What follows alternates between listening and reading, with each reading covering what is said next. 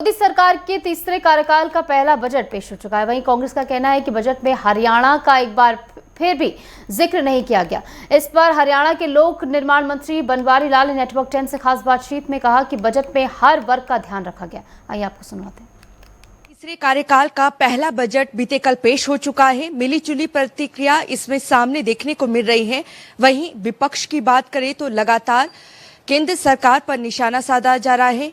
हरियाणा के कैबिनेट मंत्री बनवारी लाल जी इस वक्त मेरे साथ हैं। वो किस तरीके से इसे देखते हैं?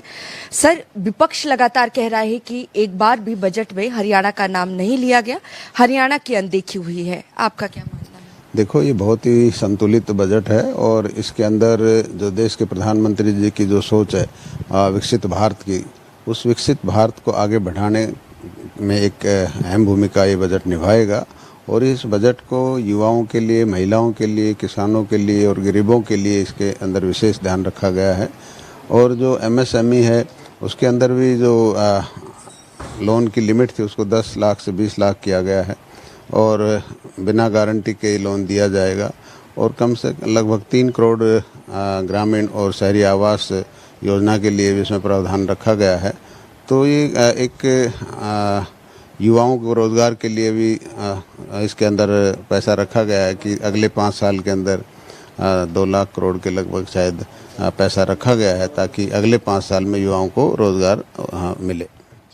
भूपेंद्र सिंह हुड्डा कह रहे हैं कि खासतौर से बिहार और आंध्र प्रदेश को तवज्जो दी गई है, विशेष पैकेज की घोषणा की गई है ताकि एनडीए में सरकार बनी रहे और सहयोगी दल छोड़कर ना जाए।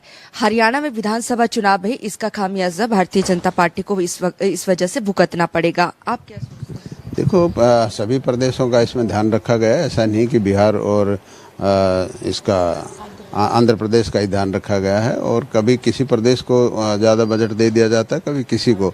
ऐसा नहीं है कि भाई उनको ज़्यादा दिया गया है।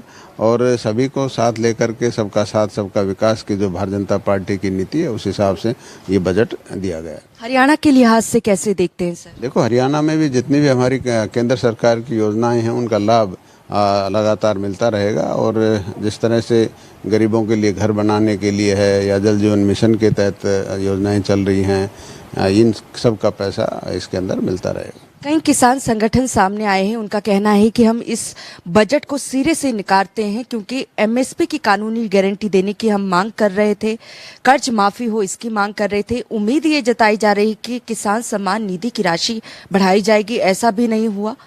देखो, समय समय पर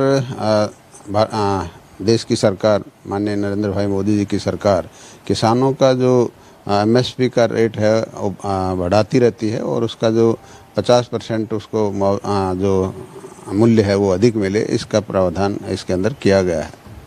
तो अभी भी मानते हैं सभी वर्ग का ध्यान रखा गया है? बिल्कुल, ये संतुलित बजट है और सभी वर्गों का इसके अंदर ध्यान रखा गया है। और आगे आने वाली 5 साल के अंदर देश के अंदर रोजगार कैसे उत्पन्न हो, गरीब आदमी कैसे आगे बढ़े, किसानों के लिए भी, सबके लिए इसमें ध्यान रखा गया। बहुत बहुत धन्यवाद सर। बनवारी लाल जी, हरियाणा कैबिनेट मंत्री को आपने सुना, जिनका कहना है कि विपक्ष भले जो कुछ कहे लेकिन संतुलित बजट एक तरीके से पेश किया गया है जिसमें हर वर्ग का ध्यान रखा गया है, इस तरीके का इनका अनुमान है। बहरहाल हरियाणा में विधानसभा चुनाव भी होने हैं तो देखना ये होगा कि क्या इस बजट का उस चुनाव में असर पड़ता है या नहीं। कैमरामैन विकास के साथ नेटवर्क 10 के लिए चंडीगढ़ से ईशा ठाकुर।